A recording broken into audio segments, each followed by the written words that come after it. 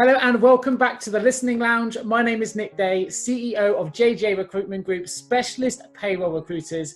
Now, I'm sure you've all noticed, you've heard me say this before, there is so much noise on social platforms at the moment that it can be really hard to be heard.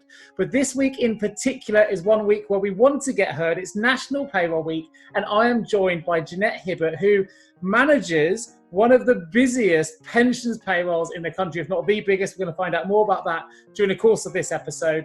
But she's got the MSc qualification in payroll. She's incredibly strategic. She's managed implementation. She's managed global payrolls. I've worked and known Jeanette for a number of years, so I'm really excited to have her on the Listening Lounge today. She's also a very accomplished artist. I'll mention that because I do like to follow her work, not payroll related, but she's fantastic, well worth checking out. But she's also a Reward 300 Hall of Famer. She has delivered a number of strategic projects. Brilliant to have you on the show. How are you feeling? I'm feeling really good, thank you, and thank you for having me on the show. Into question one. Now, for those not familiar, I understand you've been running a very busy payroll function at the moment, business usual function, which literally pays hundreds of thousands of annuants, and acting as product owner in one of the biggest transformation projects I think the UK has ever seen in payroll. What does your team look like in terms of size, and how have you coped? What kind of skills do you need to deliver such a sizable transformation? So in terms of the team, there are 12.6 of us in terms of FTE, so 13 of us on the team, all varying levels of ability and knowledge.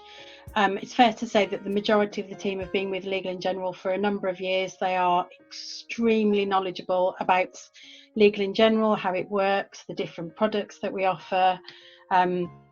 Our legacy system, which we're moving from as part of this huge transformation project, is extremely old. So a lot of their processes are manual processes outside the system. So they really understand in detail how everything needs to work in order to make that work, because they do it all, or a lot of it, manually. We do have over 600,000 annuitants in direct payment at the moment, and then obviously a number of annuitants outside of that. So in total, we've got over 1 million annuitants. So it's a lot. It's very busy payroll, as you say, but they're all fantastic. Their commitment is second to none.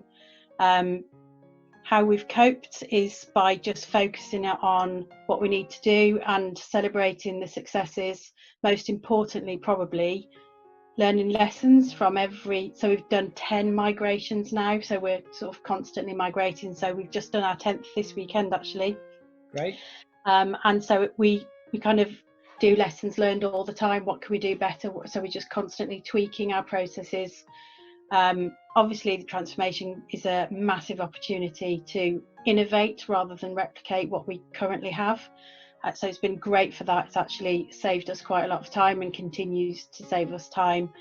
And we've been able to bring in some industry experts, and that's how I came into Legal & General originally, as a consultant, to really help, because sometimes you can get a bit blinkered with when you've been doing the same thing for a long time. So it's really great to get some external expertise to come in and just get people to look at things slightly differently.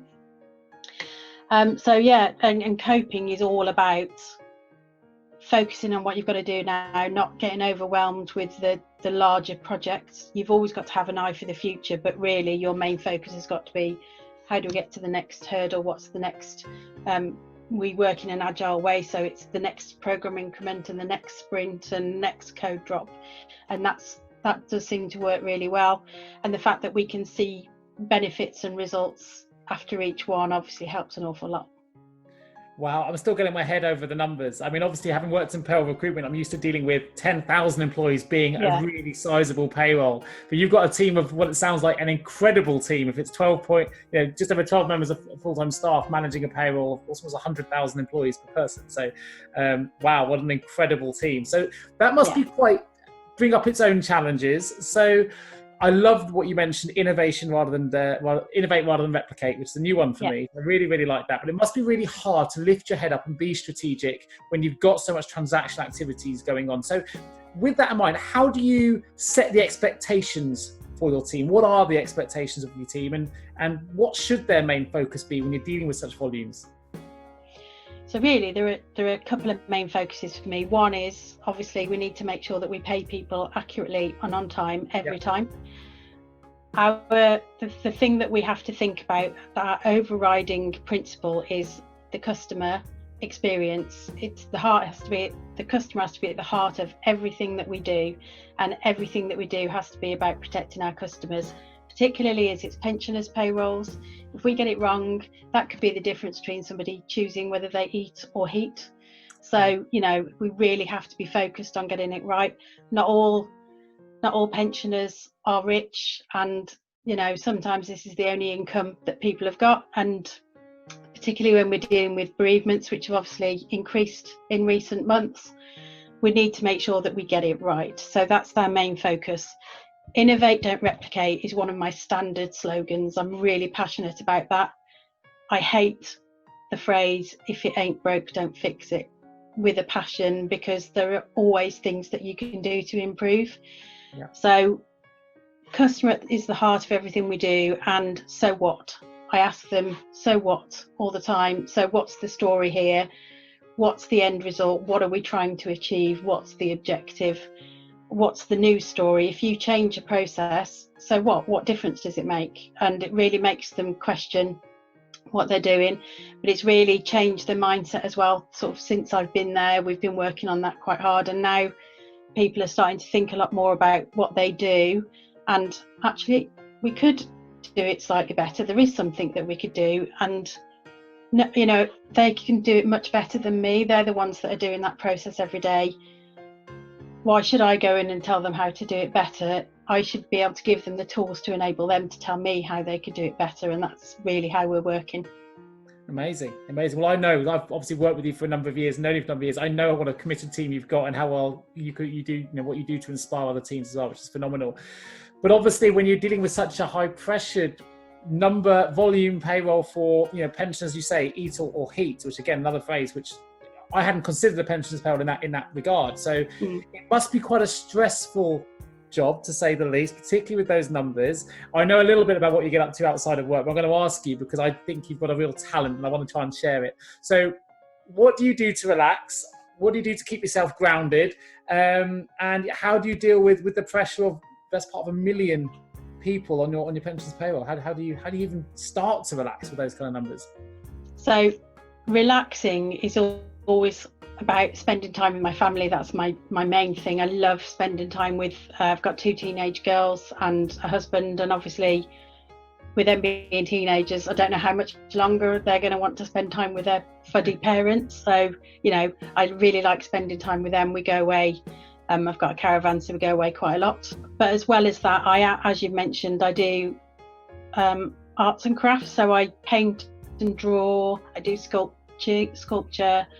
I've dabbled in a bit of jewellery. I've dabbled in a bit of needle felting and mosaics. I just like to do things with my hands. I'm extremely tactile.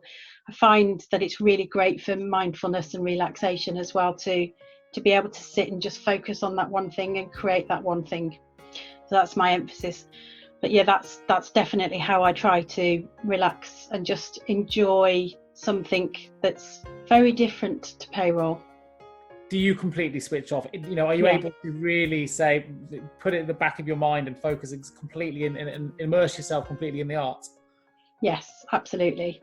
Always. So you do, if you do creative things, then you'll know. But as soon as and it takes a while, I have to doodle for sort of 20 minutes, half an hour, to kind of get my brain away from payroll and family and everything else and just focus on that. But once I've done that sort of doodling exercise, then I'm fully immersed then, and I can crack on and do something hopefully really good.